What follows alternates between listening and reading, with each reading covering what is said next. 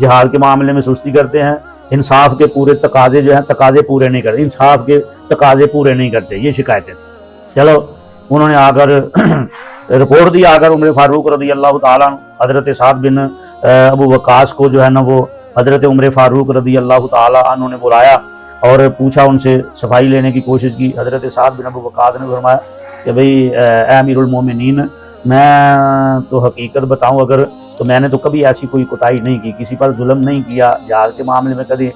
سستی نہیں کی، نماز میں وہ پڑھاتا ہوں جو رسول اللہ صلی اللہ علیہ وسلم سے میں نے سیکھی۔ بہرحال چلو حالات کی کئی دفعہ مجبوری بھی ہوتی ہے، وقت کی نزاکت کو بھی دیکھنا پڑتا ہے، حالات کو بھی دیکھنا پڑتا ہے، یا کئی دفعہ ایسا ہوتا ہے کہ پراپوگنڈا کرنے والا ایک یا دو آدمی ہوتا ہے، لیکن ان کا پراپوگنڈا جو ہے وہ اس قدر پر اثر ہوتا ہے یا اس قدر جو ہے وہ مطلب ہے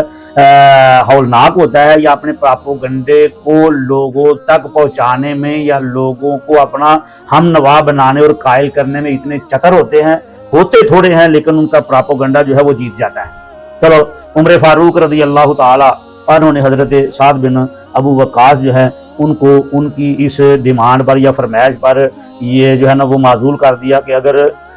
حضرت سعد بن ابو وقاص کو معزول نہ کیا ہو تو وہاں فتنے اور فساد کا بڑا خطرہ ہے، لوگ بڑے تنگ ہیں، اس قدر ان کا پراپوگنڈا جو ہے وہ پر اثر تھا، یا اپنے پراپوگنڈے میں اتنے وہ کامیاب ہوئے کہ ان کا پراپوگنڈا جیت گیا۔ پھر دوبارہ عمر فاروق رضی اللہ تعالیٰ نے وقت کی نزاکت کو دیکھتے ہوئے حضرت سعد بن ابو وقاص کو معزول کر دیا۔ تو جب معزول کر دیا تو حضرت سعد بن ابو وقاص نے پھر اللہ تعالیٰ کی طرف جو ہے نا وہ ہاتھ بلند کیے، اللہ تعالیٰ کے ساتھ کال ملائی حضرت سعد بن ابو وقاص۔ حضرت سعد بن ابو وقاص نے اللہ تعالیٰ سے مخاطب ہو کر کہا کہ یا اللہ، اللہم ان کان عبدک ھذا کاذبا قام ریاء و سمعۃ فاعطل امورہ وَأَتِلْ فَقْرَهُ وَعَرِّزْهُ بِالْفِتَنِ، یا اللہ یہ بندہ جس نے میری شکایت کی ہے اور مجھ پر ایسا الزام لگایا ہے جو میں تیری رحمت سے اس الزام کا مستحق نہیں ہوں یا مجھ پر جو ہے وہ صادق نہیں آتا، اگر یہ انسان جھوٹا ہے، صرف دکھلاوے کے لیے، ریاکاری اور شہرت کے لیے کھڑا ہوا ہے، اپنا نام کمانے کے لیے لوگوں کے اندر اگر جھوٹا انسان ہے، فَأَتِلْ عُمُرَ، 3 بد دعائیں کی حضرت سعد بن ابو وقاص۔ فَأَتِلْ عُمُرَهُ، یا اللہ اس کی عمر کو لمبا کر، اس کی عمر کو لمبا کر۔ نمبر 2 فَأَتِلْ فَقْرَهُ وَأَتِلْ فَقْرَهُ، اور اس کی فقیری اور فقر جو ہے نا اس کو بھی بڑھا دے، فقیری اس پر مسلط، مفلسی اس پر مسلط کر دے۔ اور تیسرا وَعَرِّضْهُ بِالْفِتَنِ، اور یا اللہ اس کو فتنوں سے دوچار کر۔ ہائے، یہ صرف امت کا عام مظلوم آدمی نہیں ہے، یہ نبی پاک صلی اللہ علیہ وسلم کا جان نثار ہے، پہل اسلام لانے والوں میں سے ہے، عشرہ مبشرہ میں سے ہے، مستجاب الدعوات ہے۔ نبی پاک صلی اللہ علیہ وسلم نے جس کے ساتھ اپنی محبت کا اظہار اس انداز میں کیا، فرمایا فدا کا ابی و امی، اے ساتھ تجھ پر میرے ماں باپ قربان ہوں۔ اگر اللہ تعالیٰ سے اس نے اپنی کال ملائی ہے اور اپنے دل کی جو ہے نا وہ اللہ تعالیٰ کے سامنے بڑھاس نکالی ہے اور اپنی جو اپنی معروضات ہیں وہ اللہ تعالیٰ کے سامنے پیش کی ہے، تو کیا خیال ہے اللہ تعالیٰ کا عرش ہلنا گیا ہوگا؟ 3 بد دعائیں کی، اللہ تعالیٰ نے تینوں کو سنا، تینوں بد دعاؤں کو سنا اور پوری ہوئی۔ اللہ تعالیٰ نے اس کی عمر جو ہے وہ لمبی کر دی، بوڑھا ہو گیا، اور اتنا بوڑھا ہو گیا کہ یہ آنکھوں کی بھوئیں جو ہیں یہ آنکھوں پر گر پڑی، لٹک گئی آنکھوں پر، جب دیکھتا تھا اوپر ہاتھوں سے اٹھا کر دیکھتا تھا۔ اور اسی طرح فقر آ گیا، مفلسی آ گئی کہ راستے میں کھڑا ہو کر لوگوں سے مانگتا تھا۔ اور تیسری وَعَرِّضْهُ بِالْفِتَنِ، یا اللہ اس کو فتنوں سے دوچار کر۔ آتی جاتی راستے میں راہ گزر جو عورتیں ہوتی تھی، اس طرح ہاتھ سے اوپر بھوئیں اٹھا کر جو ہے نا ان عورتوں کے ساتھ چھیڑ خانی کیا کرتا تھا۔ لوگوں نے کہا بڈھے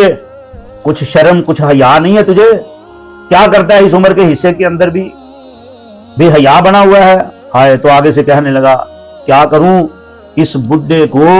حضرت سعد بن ابو وقاص کی بد دعا لگ گئی ہے، اس بوڑھے کو حضرت سعد بن ابو وقاص کی بد دعا لگی ہے۔ تو میرے بھائیو دوستو، ظلم آخر ظلم ہوتا ہے کہ کسی نہ کردہ جرم کے اندر کسی کو پھنسانا، کسی پر الزام وہ لگانا جو اس نے کیا نہیں ہے، اس پر الزام دھر دینا، یا نہ کردہ کسی گناہ کی سزا کسی کو دینا، مظلوم کی بد دعا اور اللہ تعالیٰ کے درمیان کوئی پردہ نہیں ہوتا۔ تو بہرحال مسجد جو ہے یہ امر کا گہوارہ ہوتی ہے، باہر سے انسان جو ہے تھکا ماندہ جاتا ہے، پریشانیوں سے دور شکستہ دل جاتا ہے، تو مسجد میں جائے، اس کو راحت آئے، اس کو سکون آئے ہے جی، اس کی جو ہے نا وہ پریشانی دور ہو، اس کے صدمات جو ہیں وہ ختم ہوں اور اس کی ٹینشنیں ختم ہوں۔ مسجد تو اس لیے ہوتا ہے، تو اگر مسجد میں بھی جا کر جو ہے وہ اس قسم کی فتنہ بازیاں کرنی ہیں، الزام تراشیاں کرنی ہیں، سازشیں کرنی ہیں، یا کسی نمازی کے دل کے بارے میں، دوست مسلمان بھائی کے بارے میں دل میں بغض رکھنا ہے، اور کئی ایسے بھی اللہ ہدایت نصیب فرمائے کہ ایک دوسرے کے ساتھ صاف میں کھڑا ہونا پسند نہیں کرتے، بغض رکھتے ہیں دلوں میں، وہ مسجد میں بھی جا کر یہ کیفیت اور صورتحال ہے، تو نماز کون سی پڑھو گے پھر اگر دل صاف نہیں ہے، یا دوسرے کے بارے میں بغض اور حسد ہے، کسی کے بارے میں جو ہے وہ سازشیں کرنی ہے، اور اسی طرح جو ہے نا وہ ان کو نیچا دکھانے کی، اپنی اناق کی تسکین کے لیے لوگوں دوسروں کے جو ہے نا وہ کندھے لگانے اور نیچا دکھانا ہے، کیا فائدہ پھر اس نماز کا؟ تو اس لیے ہر آدمی جو ہے وہ اپنی اپنی ذمہ داری کو سمجھے، اور مسجدیں جو ہے ان کو لوگوں کے لیے ایک راحت اور سکون کا مقام بنائے، اور واقعتاً مسجدیں اس طرح بن جائیں جس طرح محبوب پیغمبر نے فرمایا کہ اس روئے زمین پر اگر کوئی قطع عرضی اللہ تعالیٰ کو محبوب اور پسند ہے سب میں سے، تو وہ مسجد ہوتی ہے، اللہ تعالیٰ کا گھر ہوتا ہے۔ اللہ تعالیٰ سے دعا ہے کہ اللہ سب کی اصلاح فرمائے اور ہر ایک کو اپنی اپنی ذمہ داری سمجھ کر اس کو نبھانے کی توفیق عطا فرمائے۔